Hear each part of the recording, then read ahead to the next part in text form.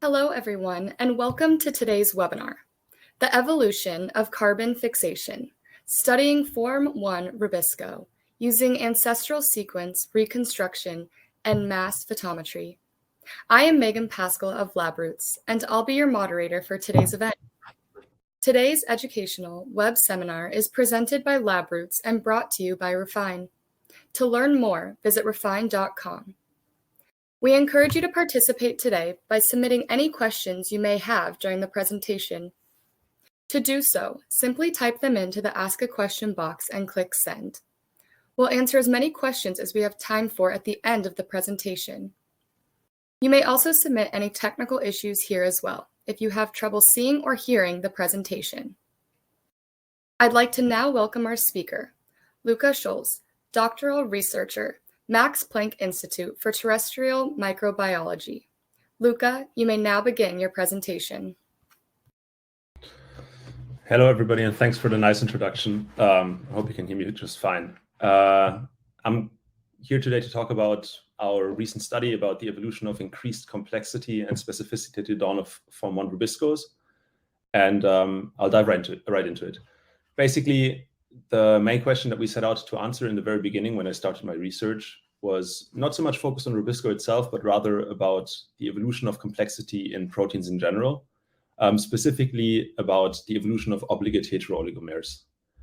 And here we were mostly interested or intrigued by the observation that many proteins assemble into obligate heterooligomers, so proteins that are composed of different distinct subunits encoded by distinct genes, such as, in a very simple case, for example, RubisCO, which is composed of two distinct subunits, one large and one small subunit, which I'll come to in more detail in a bit. But there's also very extreme examples of this, such as, for example, ATP synthase that contains 17 different subunits that all have to come together to form this very intricate molecular machine. And oftentimes, these obligate heterooligomers actually evolved from less complex ancestors that actually didn't contain as many subunits as these molecular machines contain in present-day organisms. Basically, for any obligate heterooligomere that we observe in nature, there's very often the case where in bacterial genomes or in just related genomes, we can find ancestral forms of the same protein complex that is a bit less complex. And then over a certain interval of evolution, a new subunit was gained. But then also, presumably over the same interval of evolution, this new interaction eventually became essential for the complex. And oftentimes this actually happens without a real change in the function of the complex. It might become slightly better, but this is often not really visible or not easily decipherable. So it actually becomes really difficult to decipher the function of this novel subunit. And a further reason as to why this is actually pretty difficult for these innocuous small interaction partners that are strictly essential for an oligomer is that if you now take this essential subunit away, your protein complex of choice would be insoluble or non-functional. And with this, we pose two questions. The first is just, why do such new interactions evolve, especially if there's not really any obvious function associated with these novel subunits? Is there a good way to decipher the function of such a subunit? And why do proteins suddenly start to depend on a subunit that they newly recruited into a complex? You can imagine that this could just be an interaction that doesn't necessarily have to become essential. And for this, we decided to retrace the evolution of RubisCO as our model obligate heterocomplex in the lab to try and answer these questions. Just a very brief introduction on RubisCO itself. RubisCO stands for ribulose 1,5-bisphosphate. So this is this substrate here. This is a sugar substrate that is diphosphorylated. 1,5-bisphosphate carboxylase oxygenase. And its main function in nature is that it carboxylates ribulose 1,5-bisphosphate to produce two molecules of 3-phosphoglycerate.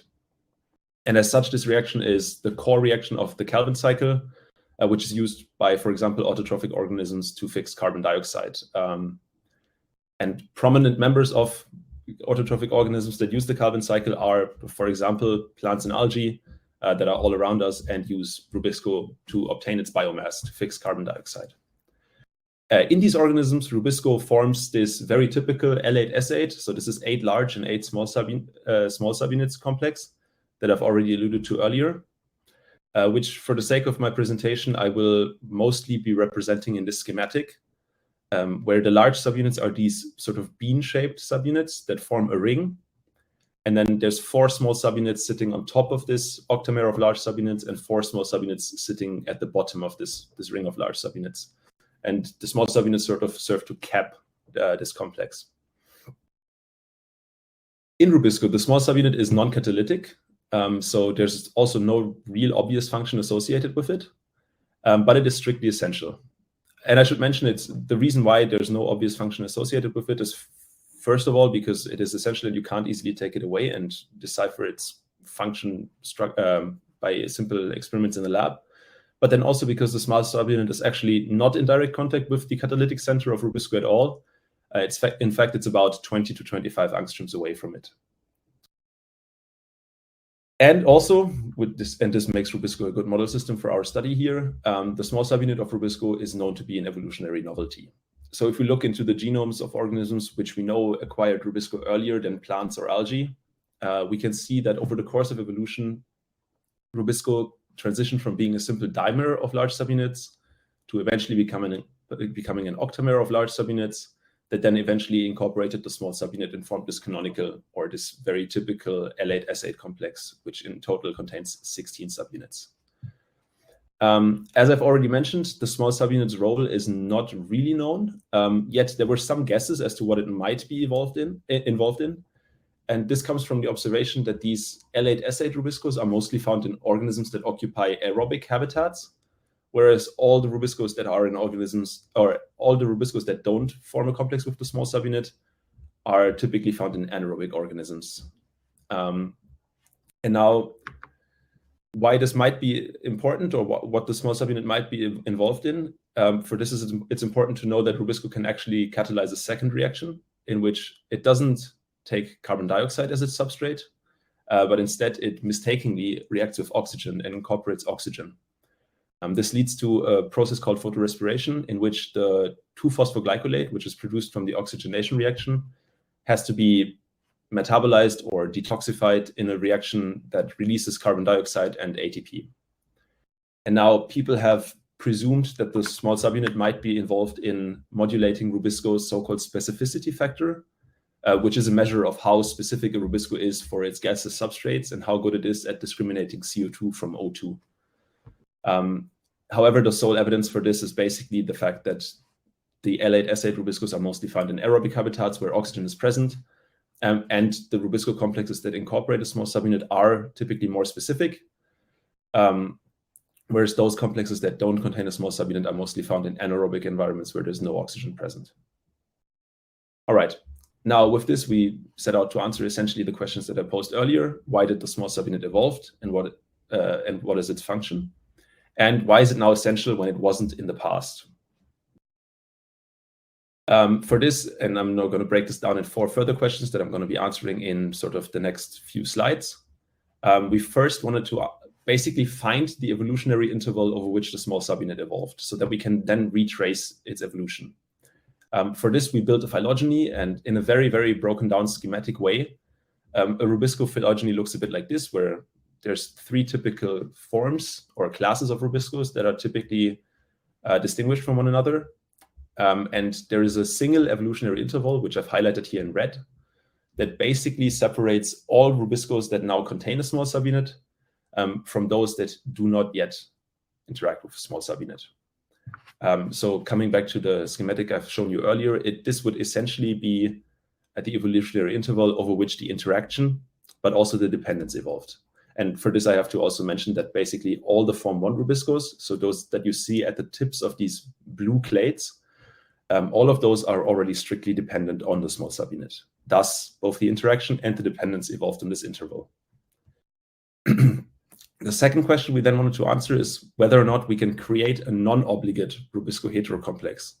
So something which we presume must have existed at some point in evolution, where basically RubisCO can interact with the small subunit, but does not yet strictly depend on it. And we presume that this must have existed at some point because it's pretty unlikely that both the interaction and the dependence on a novel interaction partner arise at exactly the same time. There likely was an evolutionary intermediate, even though in all extant forms of RubisCO, this is now lost.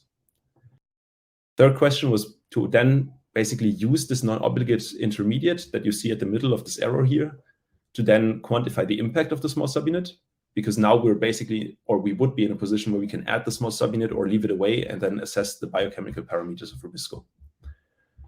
And then the last question we wanted to answer is why RubisCO started to depend on the small subunit. So basically following the arrow from the non-obligate intermediate to the dependence that you see all the way on the right.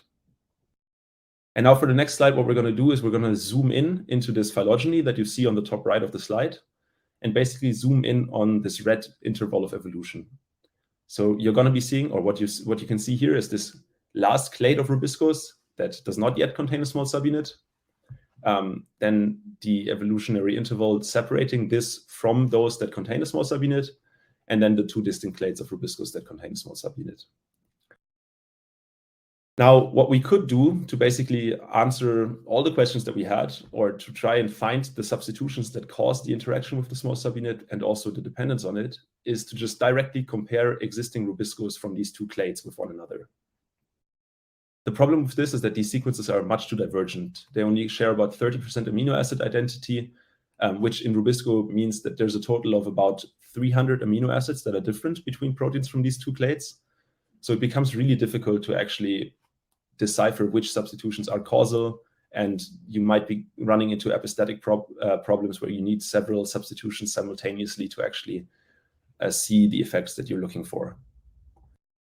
The first thing I set out to do is I just basically looked in metagenomes to see if I can find novel RubisCO clades that weren't really characterized yet, that break down this evolutionary interval, so that are a bit more closely related to the first RubisCOs that contain a small subunit. Here I got fairly lucky, and I found 4 novel clades that weren't really characterized at the time that I found them, that all break this evolutionary interval and sit on the trajectory towards RubisCOs that contain a small subunit. Looking into the metagenomes of the organisms that encode these RubisCOs, we found that all the green clades down here don't yet encode for a small subunit, whereas this gray clade up here, which sits after the divergence into these canonical Form I RubisCOs that were known previously, they already contain a small subunit. And now with this information at hand, we basically got these genes, synthesized them chemically, and characterized the resulting proteins in the lab. And for this, we first set out to do in vitro stoichiometry measurements using mass photometry, just to assess when the oligomerization changed along this interval. Just for I know this is a refined seminar, but just for those of you that don't really know mass photometry yet, in a very, very, very broken down form, you can view a mass photometer like a nanodrop for proteins, that instead of measuring a protein concentration, it measures the mass of a protein complex. I can give you more details about the methodology later if you want, but I figured since this is a refined seminar, this might be good enough. Basically, with this nanodrop-like device, with the mass photometer, you're measuring a video that looks a bit like this, where each individual dot or each contrast point that you see right here corresponds to a certain protein mass or protein complex mass that you can then correlate back using a standard ladder or standard curve. And then the output is a histogram that looks a bit like this, where on the y-axis you have the number of events. This is just how many drops landed on the glass slide over which you're measuring. And on the x-axis, you have the inferred molecular mass coming from a standard ladder. And these types of histograms I will show a lot in the coming slides. However, not yet for these characterizations right here. These proteins we did all quantify by mass photometry, but to make a long story short, we found that this light green clade down here forms a simple dimer of large subunits. The clade further up actually forms the first clade of RubisCOs that is an octamer of large subunits, so 8 large subunits, just like in all the Form I RubisCOs. And then for this gray clade, even further up, we found that it forms this typical L8S8 complex composed of 8 large and 8 small subunits. Cool. So now that we've broken down this interval, what we could theoretically do, or is basically already propose an evolutionary scenario of how this canonical L8S8 RubisCO form evolved, in which a dimeric ancestral RubisCO just evolved for a bit and stayed dimeric based on the stoichiometry of its descendants. Then over this interval of evolution, turned into an octamer for the first time. And then in the next step of evolution, it likely took on its L8S8 form. So with this, we basically pinpoint the evolutionary interval over which the small subunit evolved to be between sort of this last green dot in the middle right here and this gray ancestor, which is the last common ancestor of all canonical Form I RubisCOs. Now, again, what we could do here is we could just take the extant sequences that sit in these clades and compare them to one another. However, there was still two divergence. So there were still about 220 amino acid differences between the most closely related proteins from these respective clades. And so what we decided to do instead is we decided to use a method called ancestral sequence reconstruction, with which we wanted to focus on ancestral proteins that basically don't exist at the node am I lagging? No, I'm not lagging, sorry. That don't exist at a leaf of this phylogeny anymore, but instead at an internal node. So basically, it's sad that I don't have a pointer here, but basically at these green and gray dots that you see in the middle of this phylogeny right here. The way this algorithm works is it takes all the sequence information in this tree, which comes from a multiple sequence alignment, which you feed into the algorithm to actually build such a tree. And then it takes the relationship of all the sequences, so how related a given sequence is to a given node within the tree, and then uses a probabilistic model of sequence evolution to back calculate the most likely sequence that would have existed at an internal node to basically explain the distribution of sequences that exist in present-day organisms with the highest likelihood. And so you calculate the sequences of these internal nodes, which represent ancestral proteins that would have, as such, most likely existed at some point in evolution in the past. All right, and so we decided to resurrect two large subunits here, this sort of green dot and then the gray dot that sits further up. And to go along with the gray dot, which we presume to have already interacted with a small subunit, we also resurrected the oldest inferable small subunit. For this, we did this entire procedure again, just with a different phylogeny, obviously built for the small subunit, but I'm sparing you all the details here. All right, and then we basically chemically synthesize these proteins from commercial vendors, or we buy them from commercial vendors as genes, produce them in E. coli, and then measure their stoichiometries. Our expectations going in is that UNC-L, so this is this green ancestor, which presumably existed before the small subunit first evolved, forms an octamer of large subunits, so 8 large subunits, which using mass photometry we could see is true. So we see we see a peak corresponding to an octamer and a smaller peak corresponding to a dimer. So that was true. And then we also expected that UNC-LS, ideally, so this is the gray ancestral protein, which we presumed already interacts with a small subunit, would form an L8S8 complex with the small subunit or the ancestral small subunit. And using mass photometry, we could also show that this is true and that it binds 8 small subunits and forms a stable complex in solution. Just to complement this, we also solved crystal structures of both proteins, and they do take on the typical stoichiometries that we would assume them to, or that we would hope for. All right. Now, there were 2 more outstanding questions which we wanted to answer, which is the first being, does UNC-L, basically this green ancestral protein which existed before the small subunit, can this by chance already interact with the small subunit? Here, once again, we used mass photometry, and what we did is we basically just pre-incubated UNC-L, so purified protein, with, in this case, a 4-fold molar excess of small subunit, and then looked whether or not we see a shift in mass on the mass photometer, which we didn't. So we concluded from this and other pull-down experiments that UNC-L cannot yet interact with the small subunit. And the second question was whether or not UNC-LS, so the gray protein further up on the tree, is already dependent on the small subunit. For this, I'm showing you gels right here, which basically just where I've loaded the crude and the soluble lysate. In the portion that you're seeing right here, this is just UNC-L, which doesn't interact with the small subunit yet. And you see that basically in the soluble lysate, you have proteins, whether or not the small subunit is co-produced. And then for UNC-LS, you see that there only is a visible large subunit band on the SDS page if you actually co-produce the small subunit. The same is true in native pages and Western blots, and also just in activity in clarified lysates. So on the right, you see that you only get activity for UNC-LS if you co-produce the small subunit. So from this, we concluded that ANCLS, the gray protein, is already dependent on the small subunit. In a nutshell, this means that we found the evolutionary interval over which both the interaction with, but also the dependence on the small subunit evolved, which was basically step one of what we wanted to find out. Step two was then to try and see if we can create a non-obligate RubisCO heterocomplex. This is basically the protein that we ideally want to study in the end. For this, we had a bit of a closer look at how separate these proteins are now from one another, so these ancestral RubisCOs that we're working with.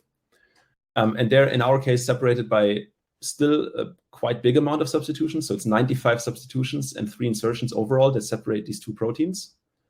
But luckily, we had our crystal structures at hand, and we could first narrow basically our substitution set that we were interested in down to those substitutions that actually occur in proximity to the large subunit, small subunit interface. Because what we were trying to do now is we were trying to engineer an interaction surface into basically ANCL, into this green protein. So making it a tiny bit more like ANCLS, like the gray protein, but only at the apex of the complex by introducing substitutions that naturally occurred over this evolutionary interval. Looking at those 14 substitutions that localize in the large subunit, small subunit interface a bit further in the crystal structure, we could see that quite a few of these interactions quite a few of these substitutions don't actually result in amino acids that engage in any meaningful interaction between the large and the small subunit. So we took this, all of those substitutions that didn't really engage in any interactions, we took those out of the set of substitutions that we were interested in. And this left us with 7 to 8 amino acids that actually engaged in a direct interaction between the large and the small subunit. And here I initially tried to reconstruct the interface in single or double substitution steps, which basically results in a plot like this, where I take ANCL, this green protein right here. I introduce all of these single substitutions that are listed on the left of this graph. One by one, I purify the protein and I test by mass photometry whether or not I see binding of the small subunit. For single substitution constructs, I couldn't see any binding. For double substitution constructs, I also couldn't see any binding by mass photometry. And then going into triple substitution constructs, I could first start to see some small subunit equivalents being bound to the protein complex, which gave us some hope. However, this entire procedure turned out to be quite tedious, and I decided to just introduce the 7 strongest binders, or the 7 amino acid substitutions that result in the introduction of an amino acid with the highest buried surface area at the same time, which resulted in a protein that we call ANCL plus 7. And ANCL plus 7 could actually bind 8 small subunit equivalents at very low concentrations, so at nanomolar concentrations. Looking at the mass photometry data of ANCL plus 7, if I purify it in the absence of a small subunit, it forms a nice octamer of large subunits. And then as soon as I add purified small subunits, this peak shifts. We get binding of 8 small subunit equivalents to the complex and the reconstitution of an L8S8 complex. Again, to further corroborate this data, we also solved crystal structures of the protein with and without the small subunit, and see that it basically behaves as we would expect it to, or as we would hope. So now with ANCL plus 7, we found a non-obligate RubisCO heterocomplex. And with this, we now set out to basically answer what the impact of interacting with the small subunit is. First obvious thing that we looked at was the structure. Since we had just solved the crystal structure, we had hoped that the binding of the small subunit would allosterically alter RubisCO in a way that would basically make it obvious for us to decipher a cause of the small subunit. However, what I'm plotting here is the active site of RubisCO, but over the entire protein, basically RubisCO doesn't change at all. Aligning the structure of RubisCO in the L8 or L8S8 form results in an alignment that has a root mean square deviation of less than 0.3 angstrom. So the structures are essentially identical, except for obviously an extra small subunit being bound in the L8S8 form. However, we still set out to see if there's any differences in catalysis, which would likely then stem from dynamic effects or effects that we don't see in the crystal structure. And here we did actually see differences. So what we're comparing here is the L8 to the L8S8 form, so with and without small subunit of ANCL plus 7 in both cases. We see slight differences in the Michaelis-Menten kinetics of carboxylation, a slight decrease in the Km for CO2. It's roughly a threefold decrease in the Km for CO2, which comes along with a roughly 3 to 4-fold increase in the Km for RUBP. So this was already interesting to us. We assume that this makes it a slightly better carboxylase, and we can also see that it improves the catalytic efficiency overall, just by decreasing the Km for CO2, which probably was very important in environments where CO2 was limited for organisms. However, what we were more interested in at the time is to see whether or not the small subunit modulates RubisCO's specificity factor. I've mentioned earlier that RubisCO's small subunit was presumed to alter the specificity factor, but now we could actually test it. And when we first went into this experiment with L+7, we saw that there is a slight effect on the specificity, but it's not super dramatic. Specificity improves from roughly 23 to 29. So there's about a 20-25% increase in specificity. However, in downstream experiments, we found an additional substitution, which makes this L+7, +8, sorry, which actually further increases this effect drastically. And the addition of the small subunit then increases specificity from roughly 25 to about 40. Now, obviously, this probably doesn't mean very much to people that are not familiar with RubisCO, but this is roughly the change in specificity of going from the best RubisCO that doesn't yet interact with a small subunit to roughly the specificity of the worst RubisCO that interacts with a small subunit. So these are natural RubisCOs right here. So we can basically recapitulate the change in specificity that we would have expected to occur along this evolutionary interval with a few substitutions, basically 8 substitutions here to recreate the binding interface, and then the addition of the small subunit. Importantly, however, the small subunit alone is not the whole cause of increasing specificity, but there are certain substitutions on the large subunit that are required for this change in specificity that also importantly don't have an effect if the small subunit isn't present. You can see this here on the plot where basically you compare the condition where no small subunit is present between L+7 and L+8. Cool. One last thing that we asked is whether or not the small subunit has any effect on stability of RubisCO. And this was motivated by the fact that basically all of the RubisCOs that are closely related to the evolutionary interval that we care about stem from thermophilic organisms. However, when we just checked whether or not it changes the thermal stability of RubisCO, we saw that there's basically no difference whether or not we add the small subunit. RubisCO in this case is stable either way, but the small subunit doesn't improve stability. So what we've done here is we basically incubated RubisCO at different temperatures, then let it cool down, and then assayed the remaining relative activity. And here we don't see any difference. However, when we actually assay at different temperatures, so when we perform the assay of the catalysis assay at higher temperatures, we see that the small subunit actually massively stabilizes catalysis to higher temperatures, which allows catalysis up to maybe 80 degrees that wouldn't really be possible without the small subunit anymore. And this is obviously highly interesting to us because we think that the small subunit first evolved in thermophiles, and this would have immediately opened up new habitats to organisms that suddenly carried the small subunit and had the small subunit interact with this RubisCO. So as a conclusion, the small subunit was likely highly beneficial when it first arose, and it later enabled the adaptation to rising oxygen concentrations. All right, and now turning to the last question that we had which was basically why RubisCO suddenly started to depend on the small subunit when it previously didn't. And here we followed or started out with a hypothesis which is called hydrophobic entrenchment, which basically states that anytime a protein, this can be any protein, this isn't specific to RubisCO, anytime a protein increases its complexity by either engaging in a new homo or hetero oligomerization, in this case, what is depicted is a hetero oligomerization, you create a new interface. And in this interface, you have a changed constraint on the protein or on the evolutionary sequence space that is available to the protein. In the absence of this interface, for example, you might not be able to accumulate hydrophobic amino acids on the surface just because they would make you aggregate. And then once this new interface is created, suddenly you are able to accumulate these hydrophobic amino acids just because they're now shielded from the environment through this new interaction.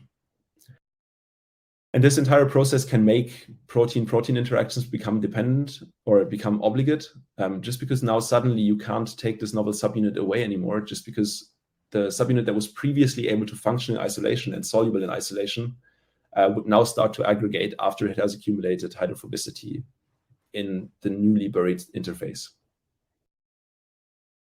So for this, applying this to RubisCO, we obviously hypothesized that this so-called change of constraint is likely largest in proximity to the small subunit.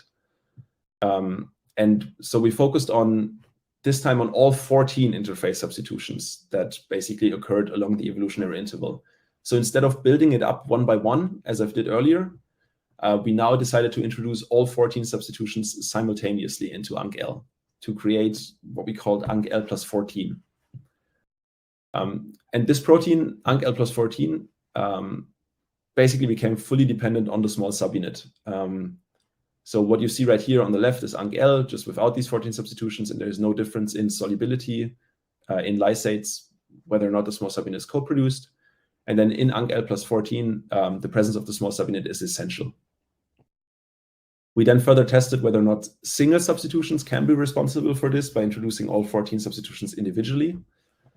And here we found that a serine to tryptophan substitution, so this is exactly the scenario that we proposed earlier, basically a substitution that goes from a hydrophilic to a hydrophobic amino acid, causes a loss of about 75% of insolubility just with a single amino acid in a protein of 500 amino acids. And then if we combine these two substitutions that I've highlighted here, so this is E170N and the serine to tryptophan substitution, we actually abolish all solubility in two substitutions. And it's important to note that this loss of solubility is not because the protein is inherently misfolded or just unable to fold anymore, but it can always still be rescued by co-producing the small subunit. So what you're seeing here is a native page Western blot, where basically you see that if we co-produce the small subunit in this E170N serine to tryptophan mutant, we still get soluble RubisCO production. So it's not an inherently misfolded protein, it just depends on the small subunit for solubility now. And basically now we wanted to find out how this serine to tryptophan or how this double substitution construct actually makes RubisCO depend on the small subunit. And luckily in our case, the single substitution here retained roughly 20–25% solubility. So we could actually purify this and study the phenotype of it in vitro. And here, once again, mass photometry came to our rescue in a way, because as soon as I measured these proteins on mass photometry, I could see that there was an additional sort of oligomer observable that corresponded to roughly 2 times the mass of a single L8 complex. And just for reference, ANC-L without this serine to tryptophan substitution does not show this higher molecular mass complex at all. And then thirdly, I could also basically put this protein into 2 molar sodium chloride, for example, to push the population of higher order oligomers that we see. And as I've already sort of schematically alluded to here in these graphs, we assumed that what we're observing here is sort of this fibrillation-like assembly of large L8 complexes of RubisCO that would basically stack indefinitely. And we then looked at this using negative stain electron microscopy, which confirmed this fibrin-like behavior. And then we're also lucky enough to solve a roughly 3 angstrom cryo-EM structure of this complex where it fibrillizes out. You can also see this here in an animated view, where basically we have just 2 repeats of this L8 complex stacking on top of each other to form this fiber interface.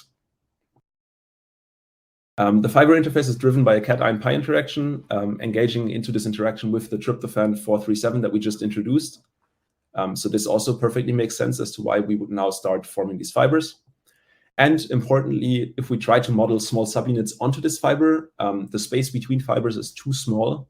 So there's a big steric clash between interacting octamers, which basically prevents fiber formation as soon as the small subunit is bound. So this also explains why solubility is recovered if we co-produce the small subunit. Now, one last thing that we wanted to answer is whether or not the dependence-causing substitution, so for example, the serine to tryptophan, is beneficial in any way. So whether or not it's beneficial to the organism or for RubisCO in general to incorporate this tryptophan 437, which makes it depend on the small subunit. And here I'm only showing Michaelis-Menten kinetics without the small subunit present, but we basically see that there's no different kinetics at all. This is actually an overlay of the two different graphs, which look pretty much identical. So we couldn't really detect any advantages of incorporating the serine to tryptophan substitution, even though it makes RubisCO depend on the small subunit. So what we conclude from this is that basically over the course of evolution, you can neutrally accumulate these substitutions that cause you to depend on a novel subunit, just because as long as you've created this interface, they don't really incur a negative penalty on the protein itself. So they don't make you any worse adapted than you were before. The only thing that it causes is that you now suddenly strictly depend on your interaction to a novel interaction partner. And then very last thing we wanted to answer is whether or not more of these sort of tolerated neutral substitutions accumulate. And what we set out to do here is we basically just looked at our sort of evolutionary interval again. And so far, everything that we've done was essentially taking Anc-L and introducing substitutions that occur along the interval into it. And now instead of going in that direction, what we decided to do instead is we decided to take Anc-LS and then take out substitutions to try to recover solubility without the small subunit. Here initially, we looked to take out two substitutions. Those were the two substitutions that made the Anc-L+7 depend on the small subunit. But then in the next step, we also decided to take out a whole set of substitutions, which basically were the substitutions that occurred in the fiber interface, which we've identified in the cryo-EM structure. And this turned out to also be 14 substitutions coincidentally that are, we've also decided to take out these 14 substitutions that are in the fiber interface. And now this is basically an SDS page, so showing the solubility of large subunit RubisCO in soluble lysates when the small subunit is not co-produced. And you see there's basically no large subunit band for Anc-LS alone. If you revert either single substitutions or the double substitution constructs, you gain some solubility, but you don't get all the way there. And in order to regain full solubility, you would actually need to revert basically all, well, in our case, we reverted all 14 substitutions in the fiber interface, but you definitely need to revert more than the two substitutions that it took to basically first make you depend on the small subunit. So solubility is only fully recovered when reverting more than two substitutions. All right, and then one last thing is that we basically realized that this fiber interface that we were looking at doesn't actually overlap with the large subunit, small subunit interface so much. So even though we reverted 14 substitutions, the large subunit, small subunit interface is still in place. And this fiber interface reversion construct can still actually bind the small subunit. Looking at mass photometry of this, again, the fiber interface reversion construct forms a happy octamer in solution. And when we add, in this case, a 10-fold molar excess of small subunit, we can get this very typical shift and reconstitute the L-acid complex. So far, this was not unusual. This was as expected. However, what was interesting is that in this case, now this protein, this fiber interface reversion, strictly depended on the small subunit for catalysis. So basically, you see right here, the protein, as soon as we add the substrate, ribulose 1,5-bisphosphate, we would typically expect to see turnover or production of 3-phosphoglycerate. And this didn't happen until we added the small subunit. And this is unlike anything we had seen before, just because in the past, we had characterized RubisCOs without the small subunit and then added the small subunit, and catalysis didn't really change so much. What this meant to us is that actually over these 81 substitutions that have occurred between Anc-L and this fiber interface reversion construct that we've just sort of created and talked about, a further set of substitutions must have arisen or accumulated that also now make catalysis depend on the small subunit, as opposed to only solubility.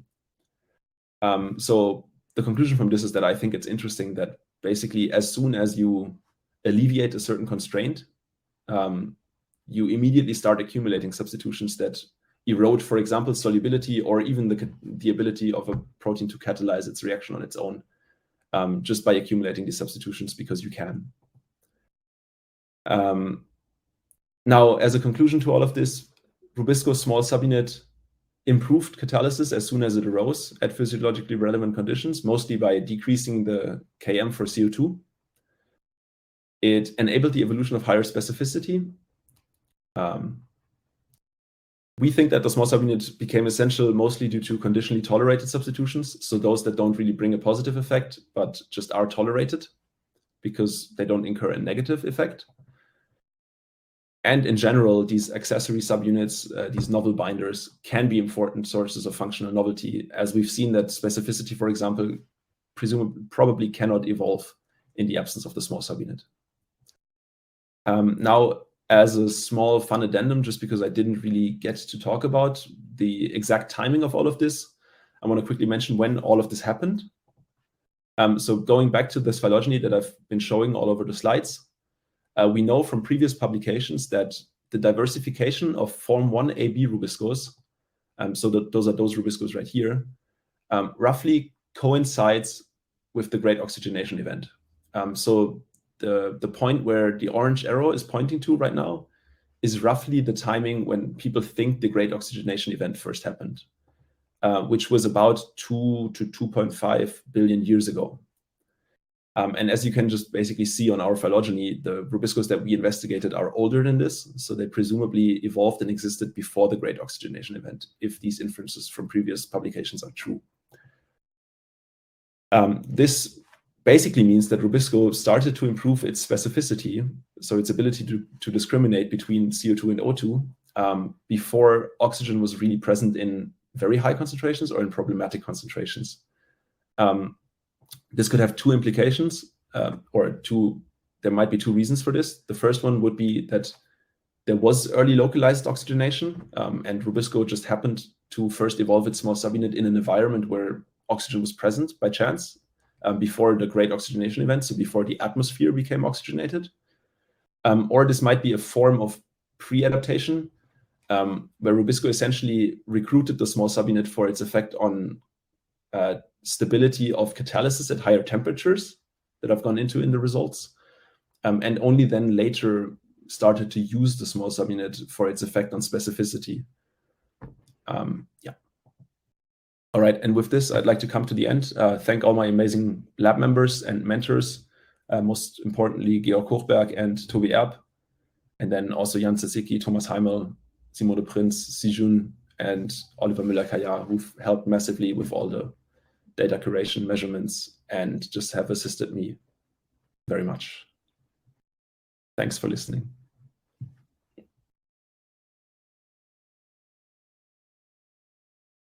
Thank you, Luca, for your informative presentation. If you have a question you'd like to ask, please do so now.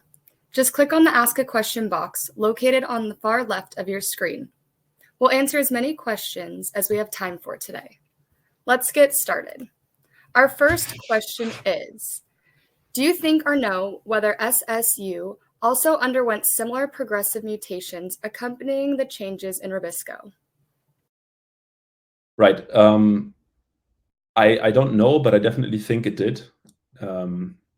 It's shown in like much higher up the phylogeny of RubisCO in plants, for example, that specific substitutions in the small subunit still have an effect on catalysis. And even just replacing small subunit homologues that look very similar to one another also affect kinetics of RubisCO. So there certainly was selection on the small subunit as well. And I'm sure that the small subunit also co-evolved with the large subunit to a certain extent. It just, in this study, we couldn't really deal with that because it just increased the combinatorial space too much. But this is certainly an interesting question that should be followed up on, yes. Great, thank you. Our next question asks, are the mechanisms of how protein-protein interactions become essential, generalizable, or confined to RubisCO? No, I definitely think they are generalizable. Basically, if I basically this mechanism of hydrophobic entrenchment that I've showed earlier, this should be completely generalizable to any sort of protein-protein interaction, protein-protein interface, just because it's something as universal as changing amino acids towards hydrophobicity. And since all organisms use the same, or roughly the same code of genetic code and roughly the same amino acids, but basically the same 20 amino acids, this should be generalizable, yes. Great, thank you. What was the role of mass photometry in determining which substitution to focus on or investigate further? Yeah, well, basically, I mean, I think I showed this in the talk, but we massively relied on mass photometry for basically assessing the phenotype of our substitution constructs, and also for finding basically also the cause of the dependence onto the small subunit. So mass photometry was kind of essential, and every time we did any substitution, the first thing we did is to just throw it on the mass photometer, also because it's so quick and easy to just measure something. So it sort of just became a go-to practice to just measure everything by mass photometry before we actually move on with doing any biochemical experiments with it. And sometimes this gave us really fascinating insights, such as, for example, this polymerization that we could have only found by mass photometry. Great, and it looks like we have one more question here today, and it asks, is the approach of ancestral sequence reconstruction universally applicable? What are determinants for its success? Yeah, so theoretically, ancestral sequence reconstruction should be universally applicable.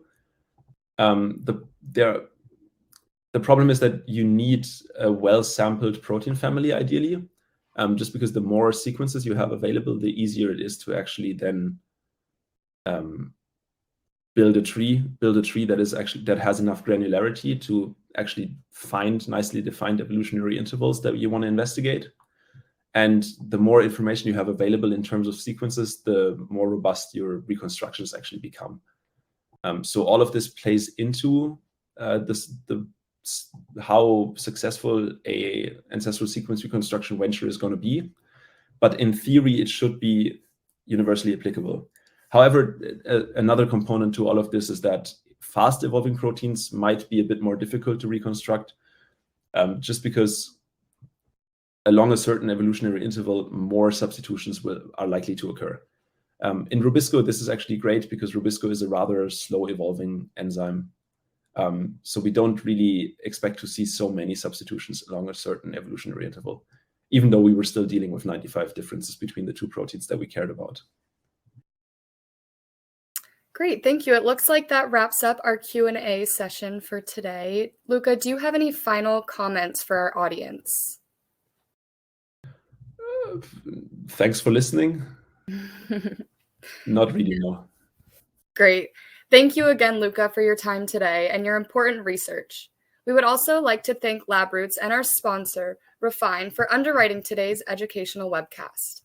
Before we go, I'd like to thank the audience for joining us today and for their interesting questions.